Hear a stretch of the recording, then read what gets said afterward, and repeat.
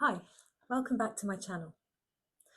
In my clinic, I often talk about functional vision problems. And when we bandy about words like functional or pathological or refractive, we, and I include myself here, sometimes forget that the majority of our patients or their parents, if the patient is a child, are not specialists and don't have any medical background. So today I thought I'd explain what a functional problem is in relation to vision. Now, in medicine and the professions that surround it, like optometry, the word functional has a very specific meaning. A functional problem refers to a difficulty in how a system performs, even when the parts of the system are healthy and appear normal. So, if we take vision, which is my area of interest, a functional vision problem refers to a difficulty in how the visual system performs, even when the eyes and the brain are healthy, and vision may appear normal on a standard eye test chart. A non-functional problem, in the case of vision, is usually a problem with the eye structure, optics, or health. So, to give two examples, short-sightedness, which we call myopia, or long-sightedness, which we call hypermetropia. These two non-functional issues fall under the heading refractive problems. The eyeball is too long in the case of myopia, or too short in the case of hypermetropia. So the rays of light entering the eye don't focus clearly on the retina.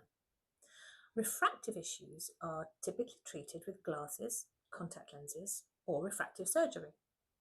Some different examples of non-functional problems are cataracts, which block the light from getting to the retina, glaucoma, which affects the retinal nerve fibers, macular degeneration, which affects the central retina, and retinal diseases such as retinitis pigmentosa or diabetic retinopathy, and corneal issues such as dystrophies or keratoconus, which, much like cataracts, block or distort the light attempting to reach the retina.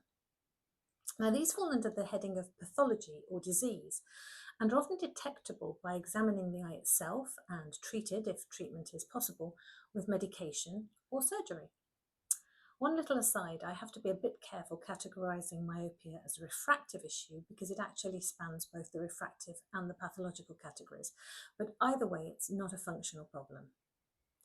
So, as I said, a functional vision problem refers to a difficulty in how the visual system performs, even though the eyes and the brain are healthy and the person might be able to read the bottom line on the sight test chart. Examples of functional vision problems are poor eye teaming, which is a difficulty with keeping the eyes aligned, difficulty focusing from near to far and back again, so looking over at the whiteboard in class and then at a textbook on the desk, or often for adults, it's looking at the road or road signs ahead of them and then back at the dashboard or the sat-nav screen. Poor eye tracking, so when reading, having to reread portions of a text, skipping words or drifting off one line onto another one. Reduced depth perception, judging distance when driving or when catching a ball. Visual processing difficulties, so problems with how the brain interprets and makes sense of what the eyes are seeing. And visual attention problems, which can show up as distractibility or irritation when asked to perform visual tasks such as reading, homework, or learning spellings. And visual motor integration difficulties, which might show up as clumsiness or messy handwriting. A person might have perfect eyesight when reading individual letters on a sight test chart, but then struggle with reading a book or copying from a whiteboard or playing ball sports or doing any sustained visual task. Now, I'm not a big fan of comparing the eye to a camera, but in this case, it's quite a useful analogy.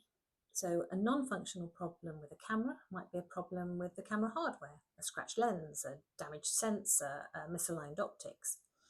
A functional problem might be a software problem affecting how the system operates, so slow autofocus, poor image stabilization, difficulty auto-tracking moving objects, that kind of thing. The hardware might be intact, but the performance is still impaired. So now if we move to children rather than cameras, two children might both complain that copying information from a whiteboard at school is difficult. Child A has uncorrected myopia or short-sightedness. The words on the whiteboard for them are blurry, so they can't see clearly to copy the information. The glasses make the words clear and the problem resolves.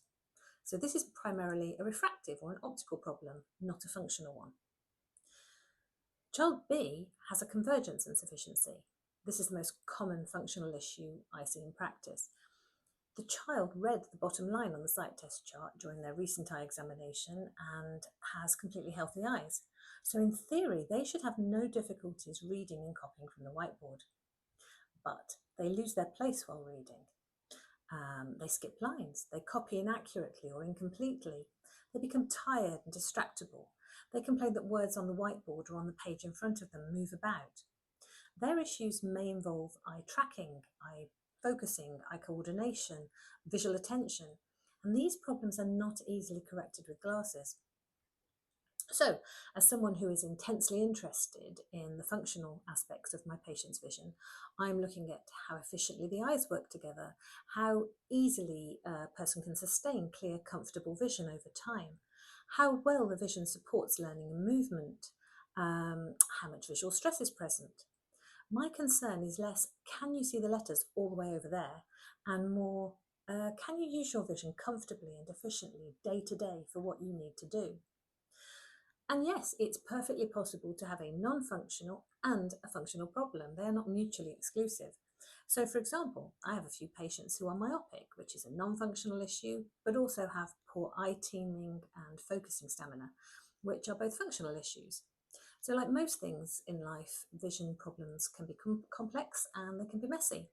And that's what keeps my job interesting. Thank you for listening. I hope you found that informative.